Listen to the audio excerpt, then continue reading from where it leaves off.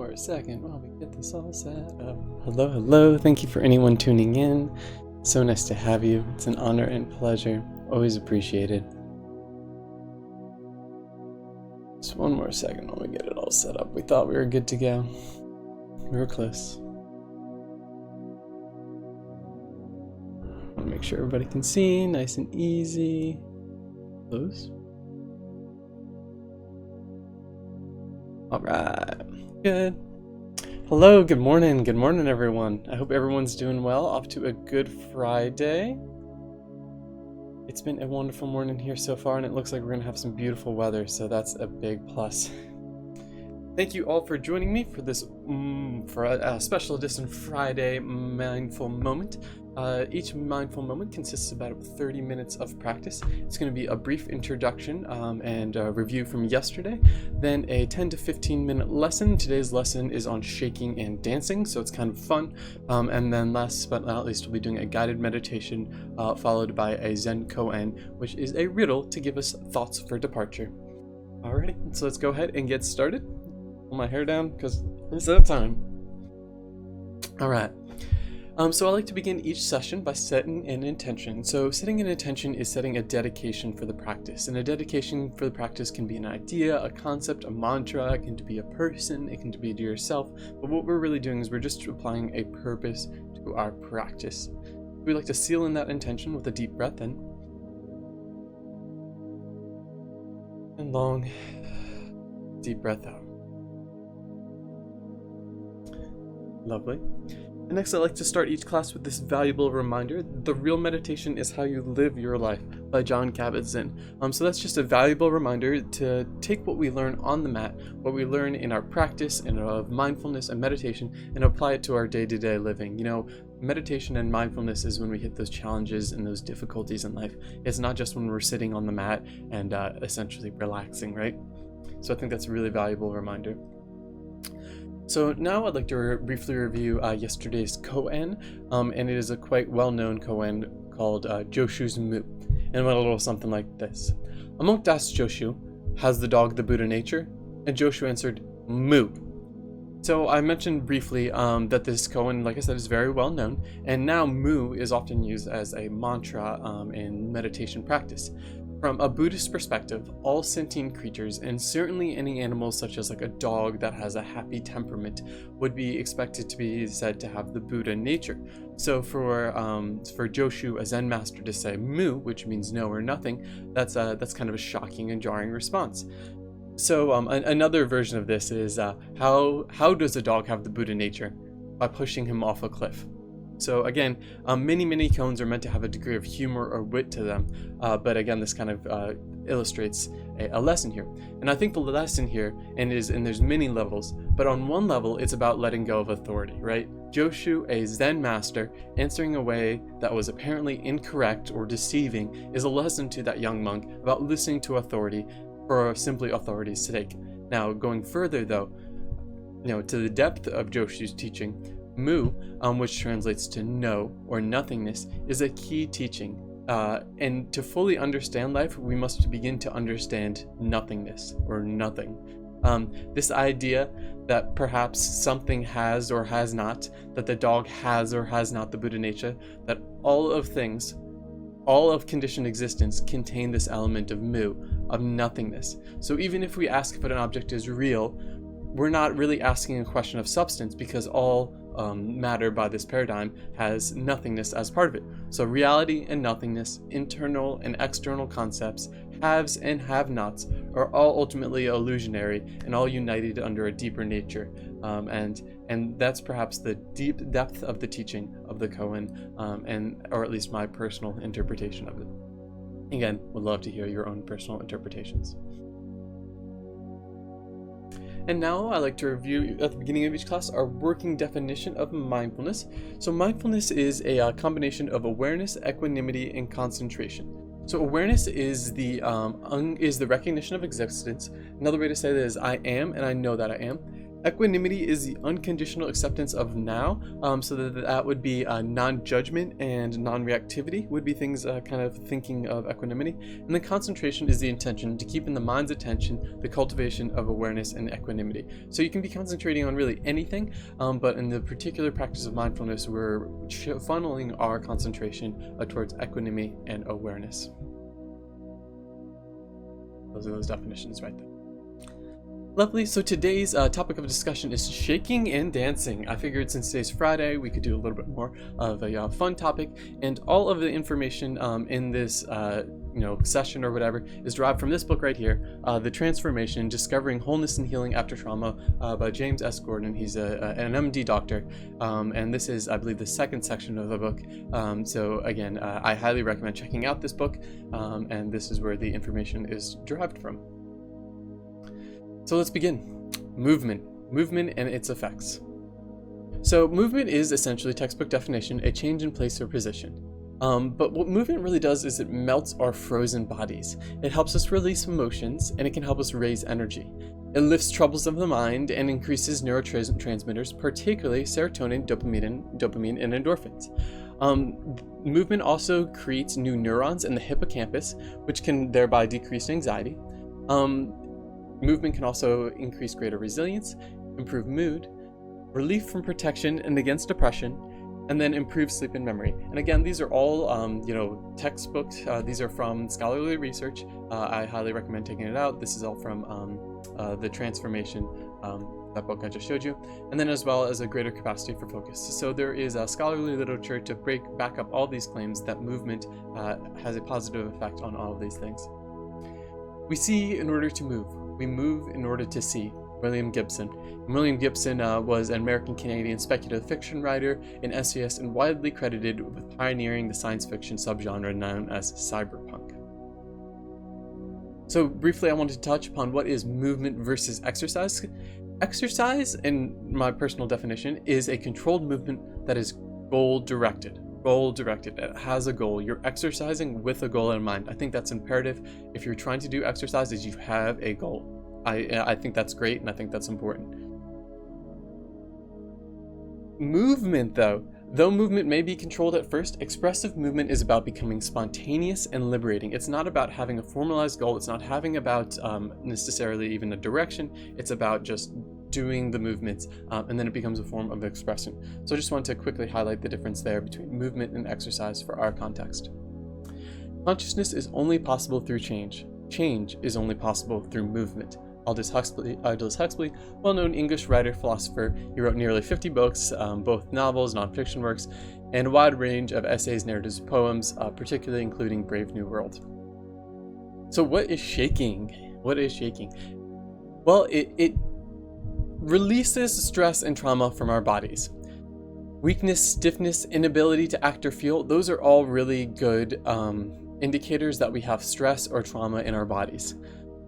Shaking is the first thing we do, or the first thing animals do all the time. Like if they're getting out of water, they shake. If they're getting out of a dangerous situation, they shake. And they think that it actually has to do with eliminating that that fight, flight, and freeze response, right? So the freeze is that last option. They're literally freezing, or literally shaking out the fear paralysis. It's also a form of expressive meditation, and one of the oldest ones on the planet. If we think about it, our ancestors shouted, danced, whirled, jumped when something happened. Whether it was a good thing, if it was a good thing, then they were doing it in excitement. If there was something bad, then they were whirling, shaking, doing whatever they could to communicate, likely even before a formalized language. It's highly similar to the effects of walking, jogging, and yoga. So the research hasn't been totally, fleshed out, but there's a lot of evidence to support that it's at least as therapeutically beneficial as walking, jogging, and yoga. Buddhist monks of Tibet do shaking, as well as the Sufis in Persia and in Turkey they do whirling. And then in modern therapeutic techniques, Gestalt and bioenergetics uses a lot of movement and shaking-based therapies to kind of release emotional energy. Another common phrase for way to describe these is it's called archaic techniques of ecstasy, just the shaking it all out in pure ecstasy. I move, therefore I am. Haruki Murakami, a very prolific Japanese author, and I like his take on the I think, therefore I am. In reality is I move, therefore I am. Now dance. Everyone can dance. And I mean everyone can dance. It's like a face or a fingerprint. So even if you don't think you're good at dancing or bad at dancing or whatever the heck, everyone can dance. And it expresses buried feelings. And I think that's something very valuable. Nobel Prize winner Aya Pagonde wrote this, or came to this conclusion. Tension-breaking expressive meditations, such as shaking and dancing, perturb disturbances in the physical and chemical systems and bring about creative change. So when we're shaking, when we're dancing, we are actually perturbing, shaking up the almost the very essence of our systems.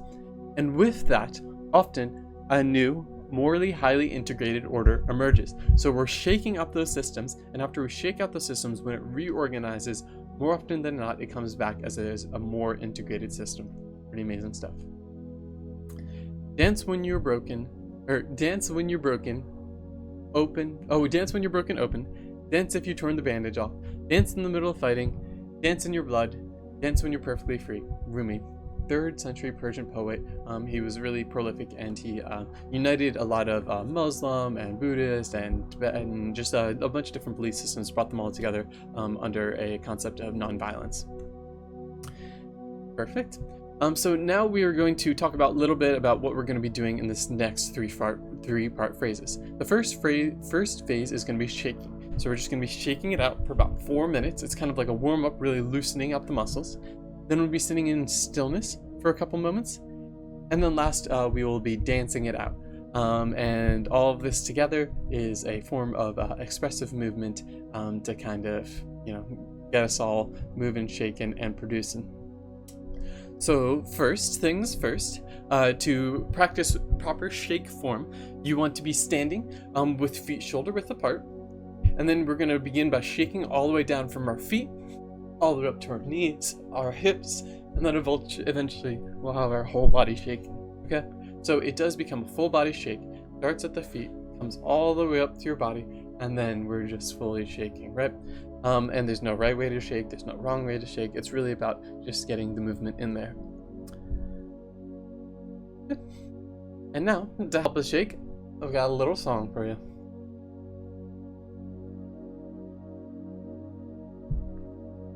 If I put headphones on, then I can actually hear the song.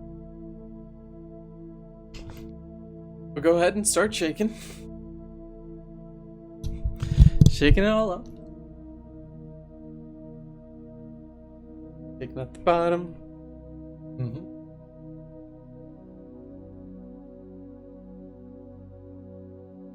Doesn't have to be to any particular rhythm. We're really just trying to shake out the muscles.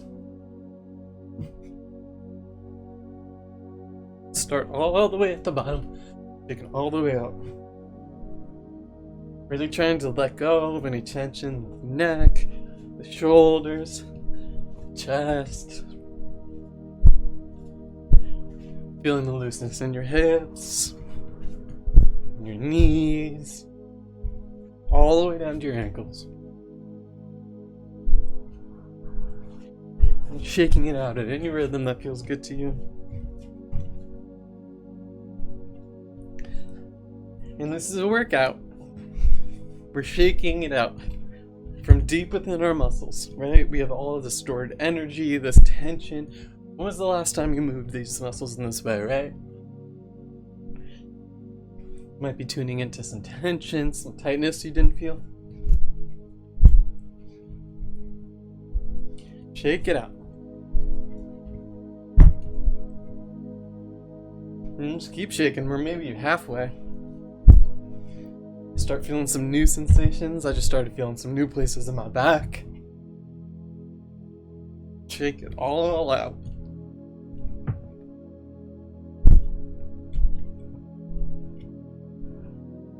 Good.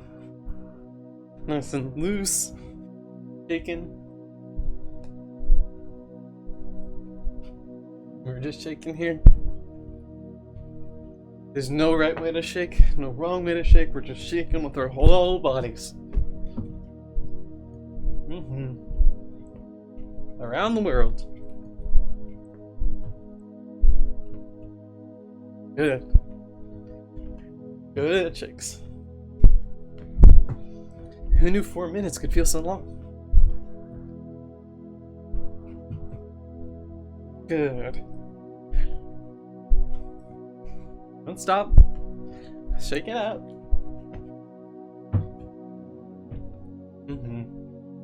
Whole body's shaking. No right way to shake, no wrong way to shake. Just don't hurt yourself.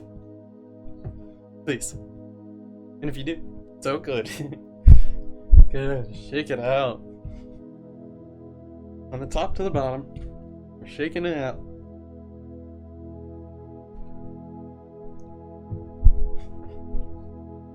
Good. Starts to become quite a little workout, doesn't it? With oxygen to our body in places we've never felt before. Releasing that deep tension, releasing any kind of tightness, letting it all go, shaking it all out. Doing great. How do we shake so well? It's like we've been shaking our whole lives.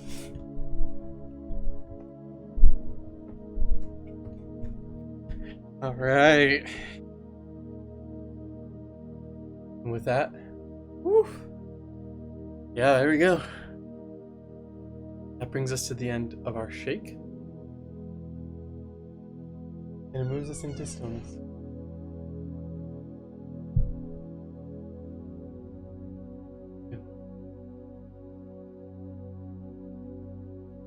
That sucks. That stinks.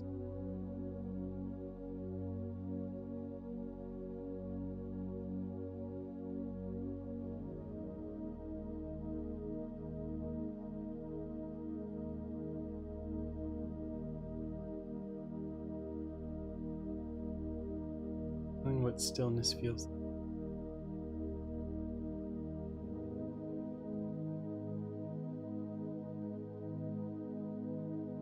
Settling into sensations of stillness.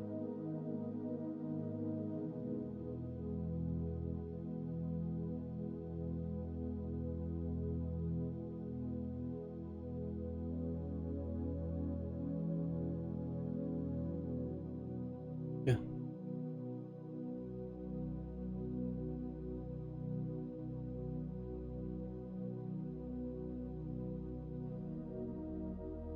Noticing what stillness feels like to you.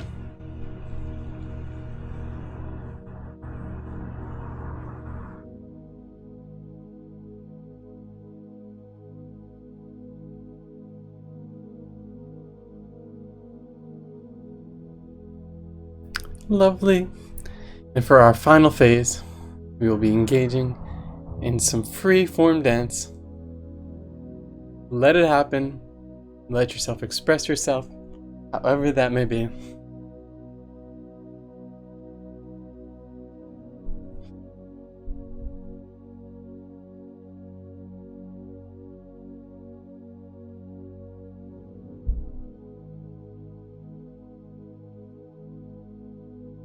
Close your eyes and enjoy the music.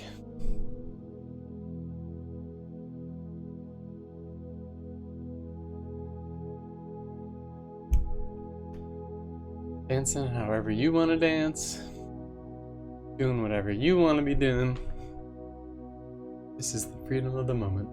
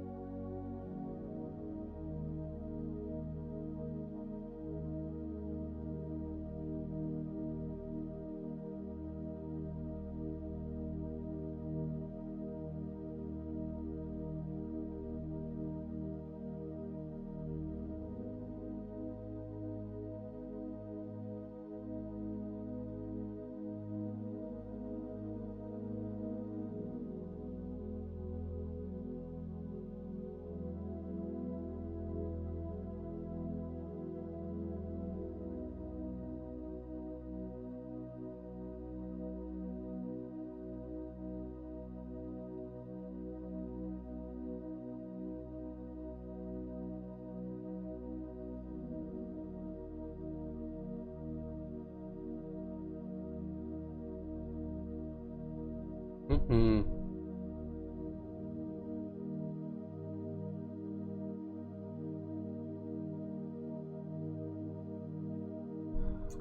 Awesome. Lovely. So I hope you all had the wonderful opportunity to dance it out. There is a vitality, a life force, an energy, a quickening that is translated through to you through an action. And because there is only one of you in all of time, this expression of you is unique. And if you block it, it will never exist through any other medium and will forever be. Arthur Graham, a professional dancer. I thought that was pretty beautiful. So it does not look like the live stream is working currently, so I'm going to skip the additional body scan and try and figure out what's going on. But I just want to finish this up quite nicely with the recording and tune in for the 12:30 streaming, and I'll be doing a abbreviated body scan, specifically channeling loving kindness or compassion towards each body part. The parting wisdom for today: when the nun Chiyono studied Zen under Buko of Ongaku, she was unable to attain the fruits of meditation for a long time. At last, one moonlit night, she was carrying the water in an old pail bound with bamboo. The bamboo broke, and the bottom fell out, and the pail at that moment, and the bottom fell out of the pail. And at that moment, Chiyono was set free. The commemoration, she wrote a poem. In this way that I have tried to save the old pail, since the bamboo strip was wearing out and about to break, until at last the bottom fell out. No more water in the pail, no more moon in the water. Beautiful. So thank you all for tuning in and joining me for this mindful moment. It was an honor and pleasure for you to be here with you today, to go through those exercises. I hope you were able to kind of shake it all out and kind of have some reinvigoration throughout the day. Again, I'll be streaming again at 12:30 and be doing a full body scan at that time as well. So I appreciate you all for tuning in. Thank you so much. Much love. Best adventures until next time. All the best. Take it easy.